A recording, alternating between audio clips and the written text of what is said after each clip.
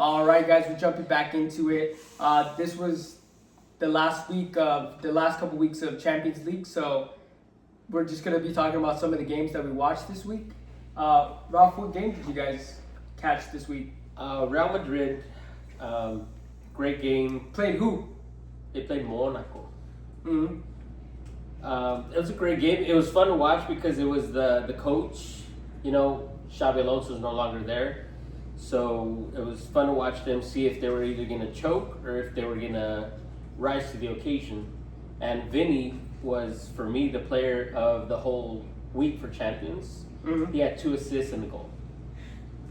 Do you think the change of Xabi Alonso was that big for them? I think it was big, but I really think it's fool's gold. Like, it's just okay, we got rid of Xavi, we all feel better. Yay, let's have... They had one good game, but I think they're just going to fall off later on. I think it's going to catch up to them. You don't think that coach could be the long-term solution for Real? You know what? He looks like a very serious coach. He doesn't look out of place. And I don't know if you caught it, if you even watched the game, but you know, when Xabi Alonso was still there and he subbed Vinny off, Vinny was so pissed off. We talked about it in last pod. He walked out, nowhere near Xavi, didn't even look at him, say thank you, nothing, high five. In this game, Vinny had 2 assists, but when he scored his goal, Yeah. he ran to his coach, high-fived him with both hands, and then the coach hugged him like it was, you know, he was hugging his son. Yeah.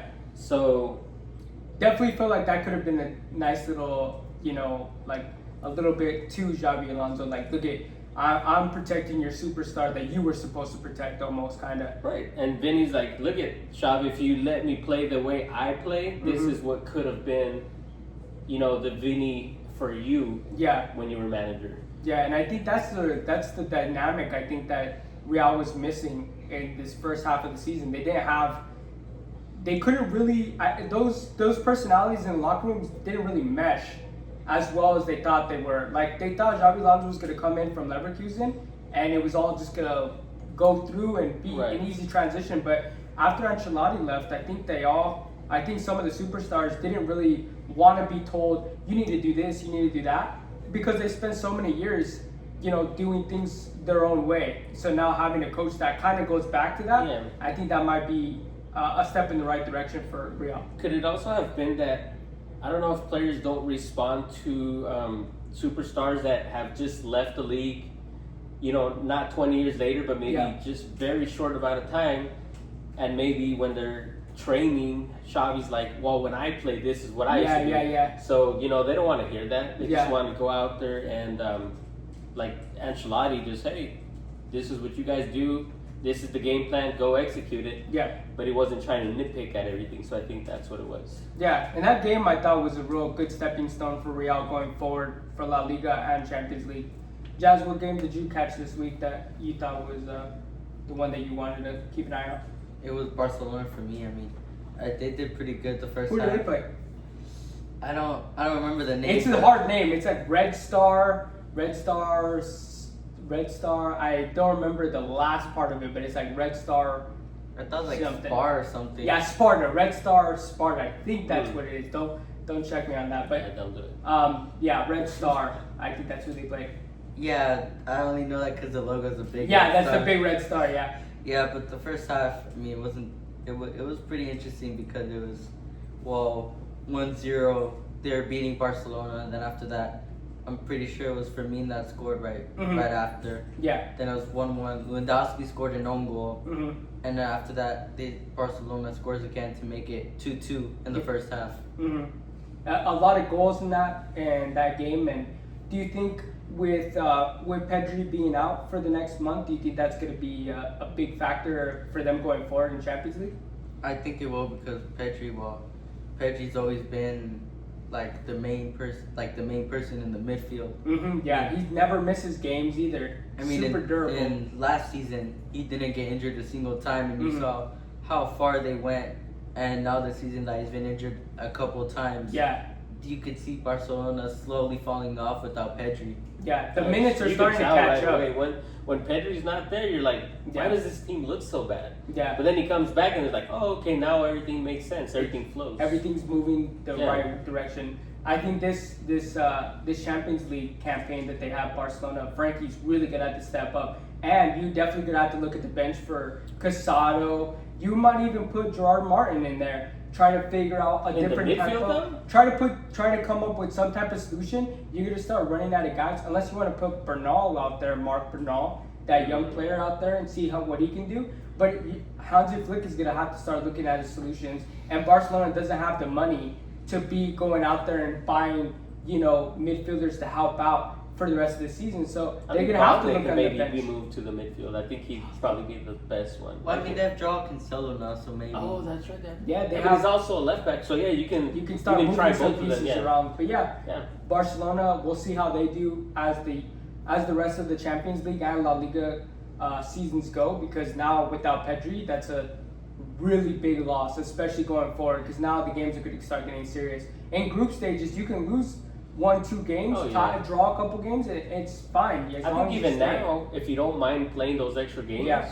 but that season's long, you have these other smaller cups in your leagues also, Yeah. so it just adds more wear and tear to your team. So Yeah, and with the team already, with Barcelona having those type of injuries, adding those 2 extra games could be a big factor for them going forward as well, because that's just a lot more minutes to people's legs that probably didn't need it. Mhm. But I'm pretty positive that Hansi Flick is a really good manager of players' minutes for that Barcelona team, because we really haven't seen, knock on wood, that we haven't seen a huge injury, and people come back quicker than they were supposed to, and they look pretty well. Besides, Yamal will get there. Well, but they have a deep bench. yeah, deep bench, yeah.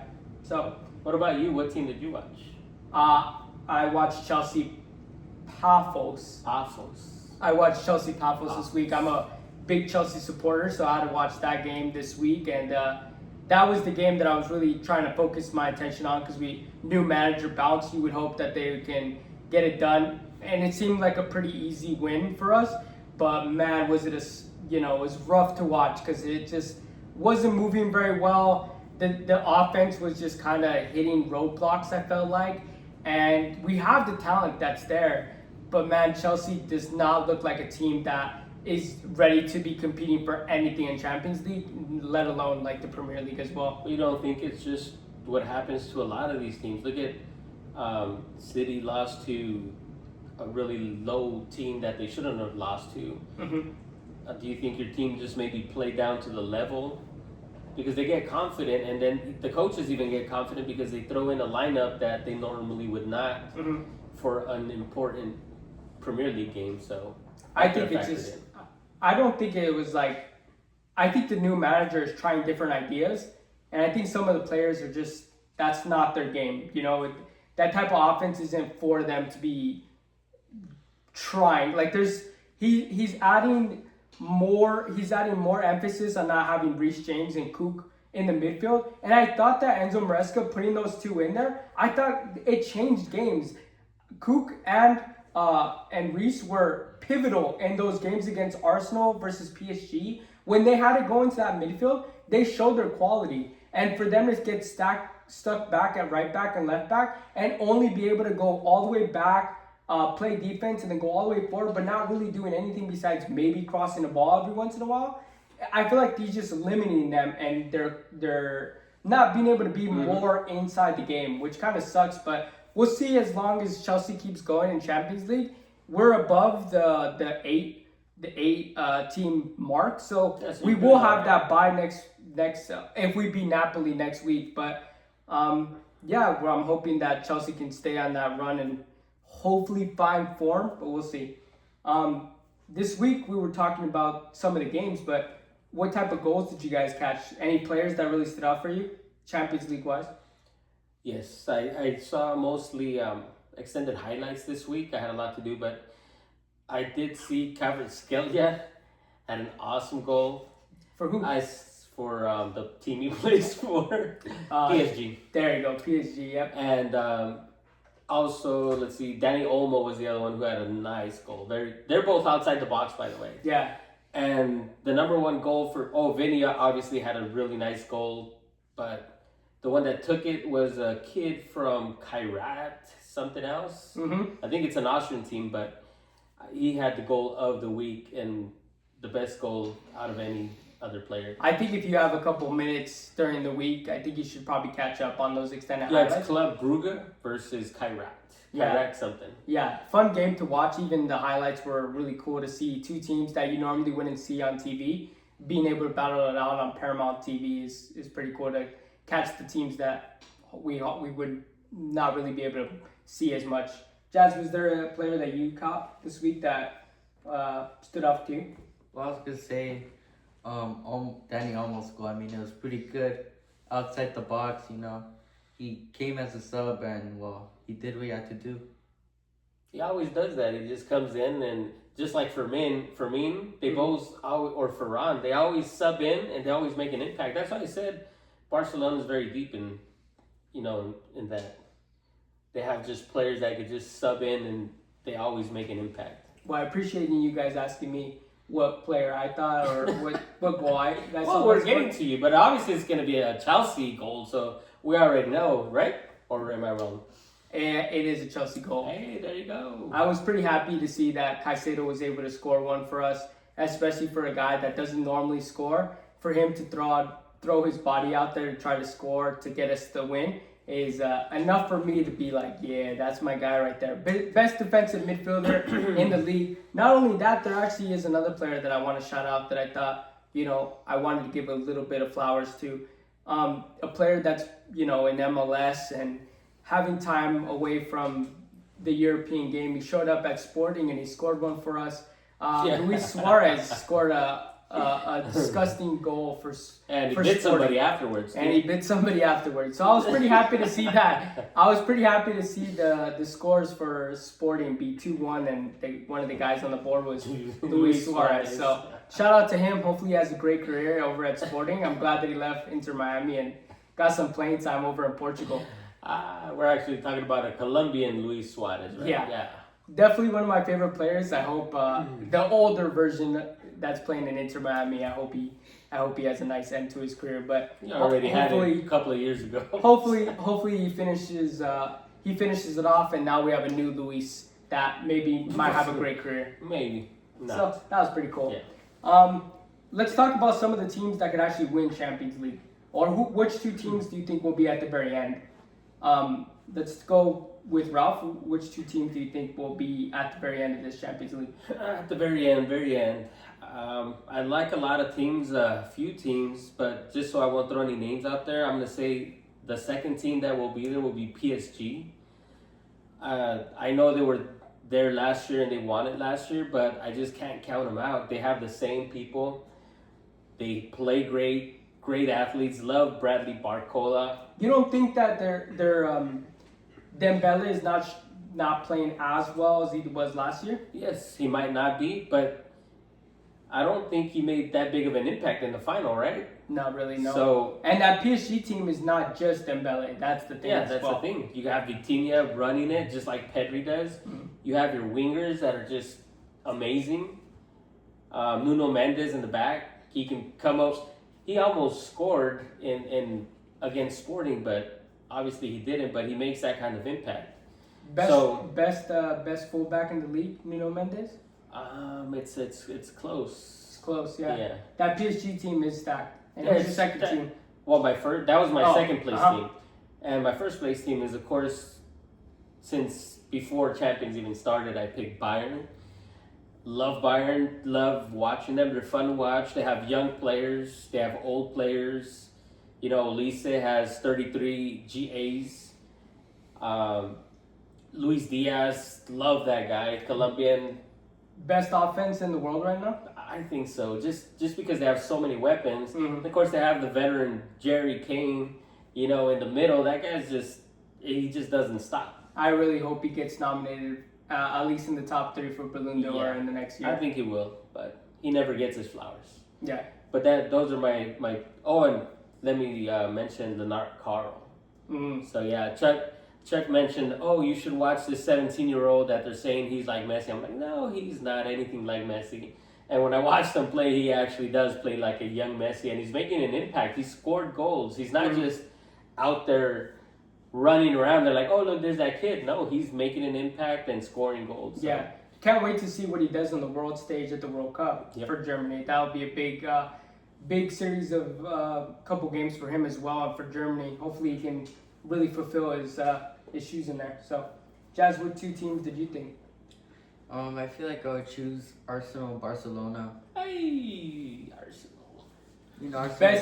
Best team in Europe, Jazz. Arsenal. Not best, but they've been doing good. They beat Bayern. Yeah, they did beat Bayern. Yep. They've been doing pretty good. Their whole run and in the league and in Champions League, they've been doing pretty good. And I feel like Barcelona, if all their players don't get injured, if they don't get injured in general, then I feel like they could go really far all the way to the final and potentially win their 6. So who's your 1? Who's your 2? Barcelona. Is your 1? Okay. Yeah, and then Arsenal come out short. Great. I just wanted to throw out there that Arsenal's playing in 3 different, big tournaments. And we saw what happened last year with an Inter team that also was playing for 3 tournaments. And how many did they win? They ended up with 0 trophies at the end of the year. They put all their eggs in the basket, but they put it on their 11 and hope that they can win all 3 tournaments. They didn't rotate players, and it's starting to sound a lot like Arsenal. They're putting all their eggs in the basket on that 11, and they're wearing that team out. They're not making subs. They're not changing the lineups, and they're just hoping that they can keep the legs fresh enough to win all the tournaments. Do you think that's a good idea, Ralph? No, absolutely not.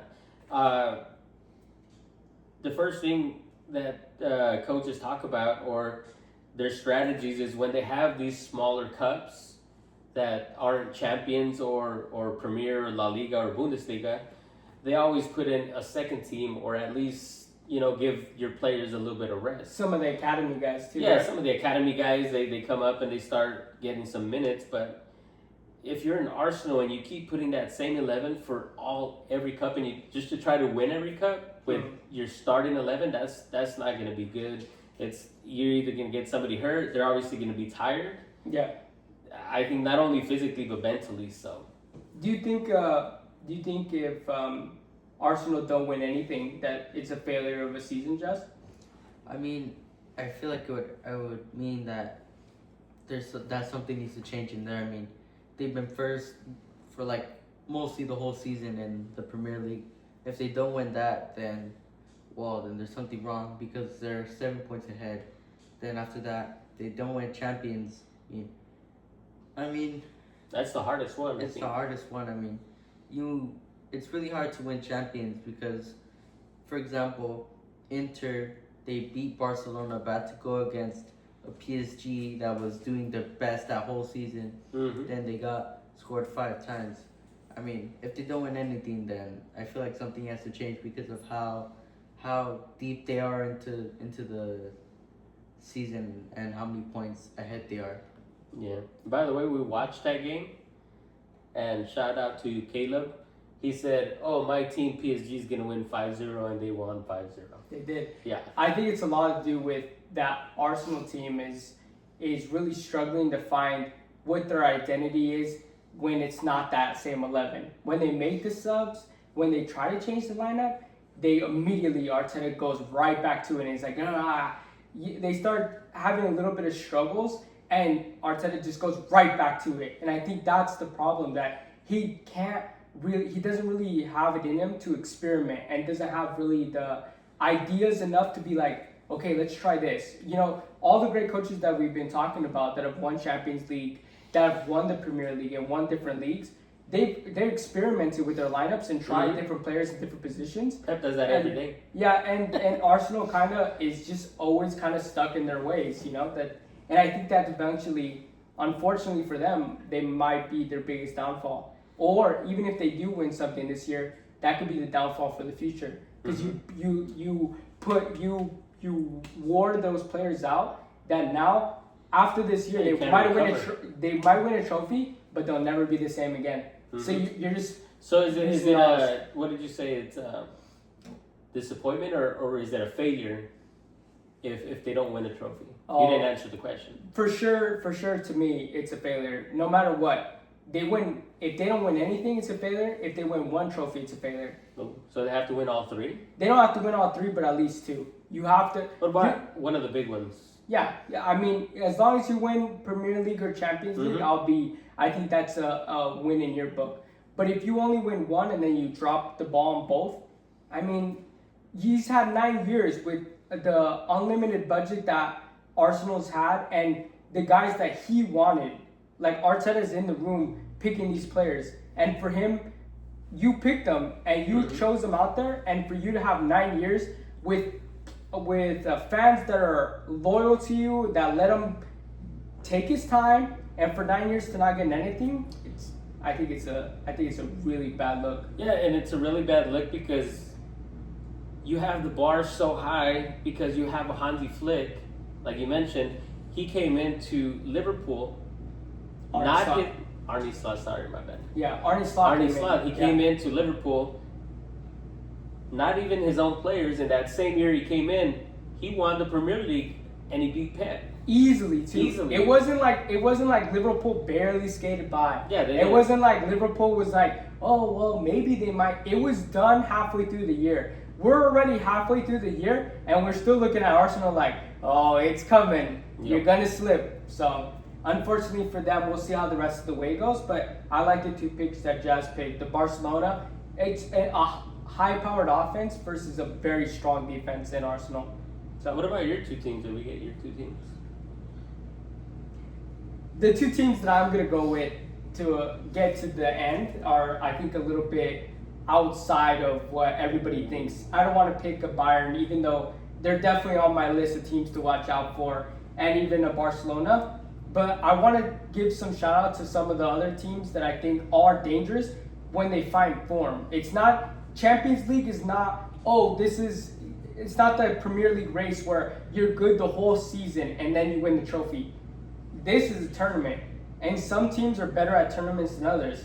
I think Inter, is finding their form. They don't have Simeone Inzaghi, and I think he's a lot like Arteta over Arsenal, that he knows how to be good the whole season, but when it comes down to the big games, he doesn't really show up. He gets out-coached most of the time, and I think not having him, but having all the pieces that were there for that Inter team that have made long runs, this is the year they can do it. Because not only do they have a team that knows each other, that knows how to play with each other, they're adding reinforcements, and not just any reinforcements, young reinforcements. Mm-hmm. You have Bonnie, Paf, you have a great team, and adding young athletic players to a already smart team. I think that's the team that I'm a little bit scared about playing. And can you say that they have that experience from,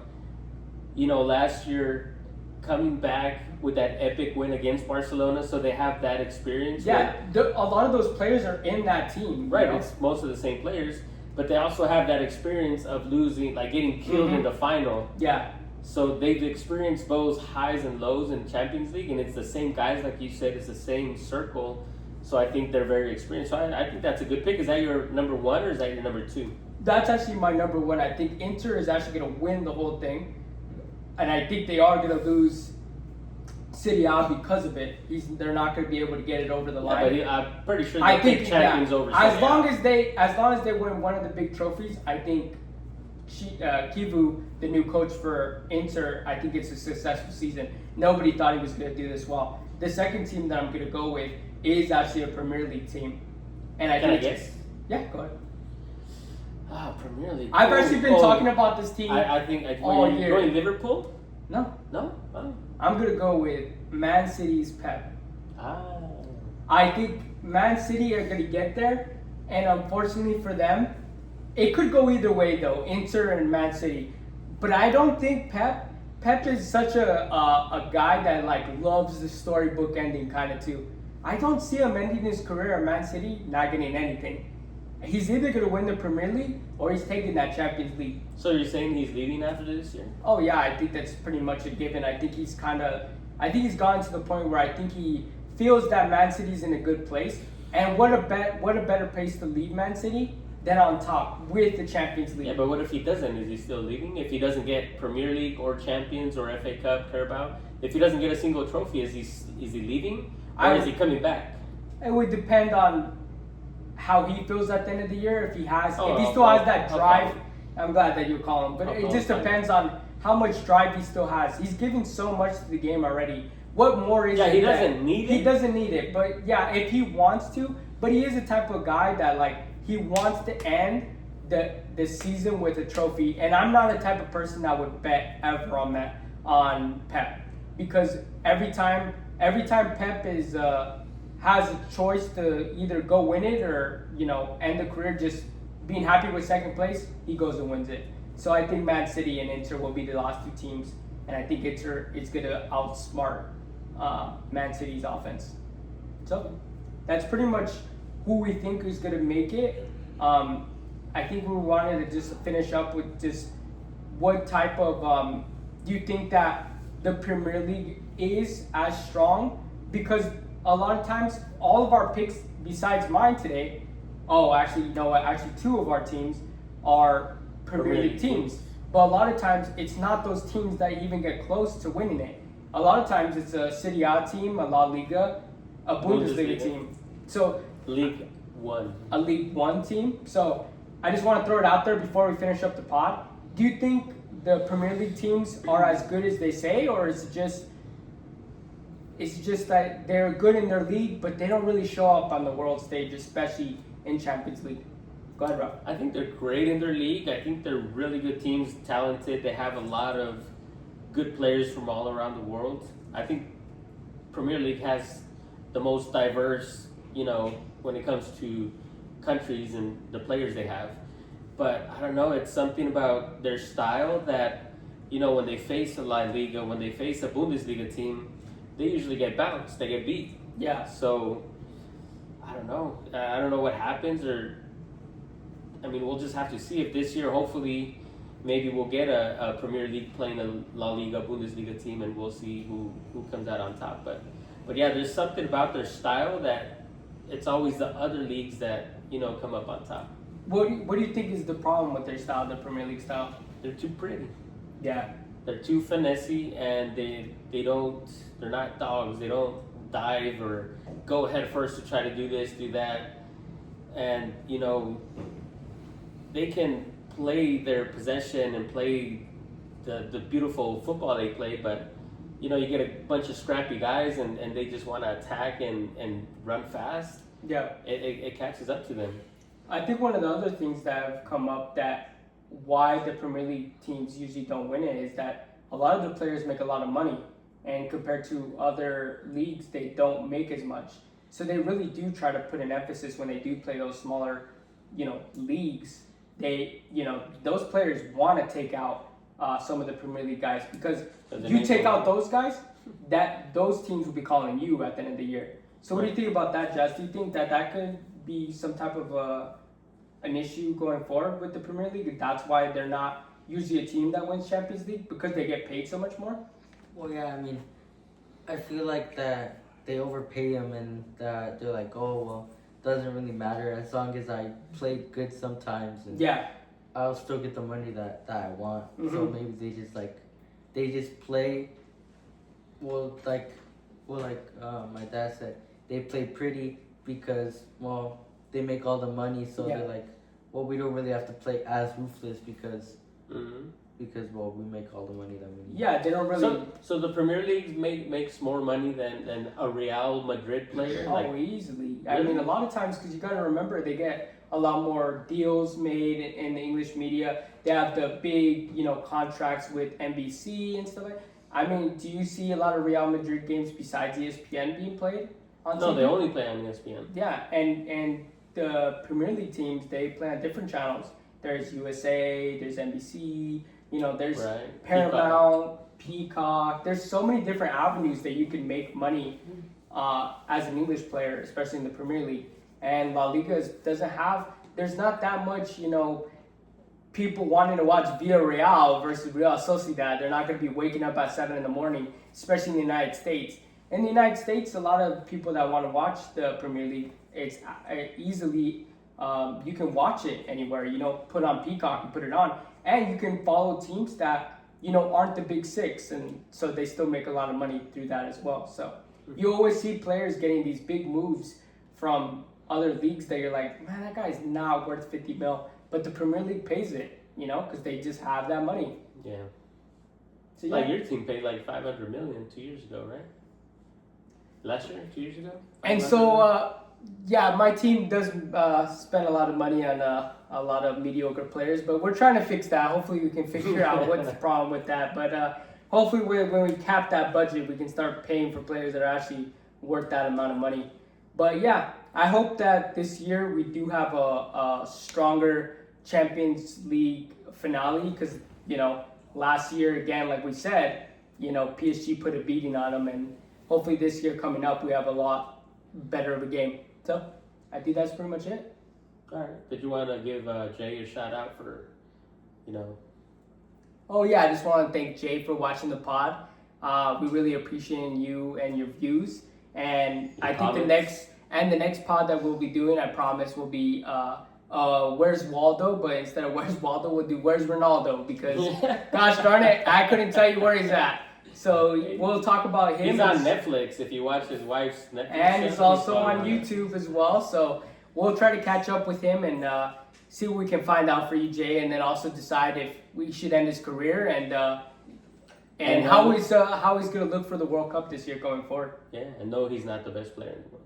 Not the best player in the world. I'm actually wearing the guy's jersey, but I'm glad that you're watching, Jay, and hopefully we can we'll keep answering some questions, and then if you keep sending them in, if you send in questions, and we'll do videos about them and get your answers. So we also got a good message from Cookie.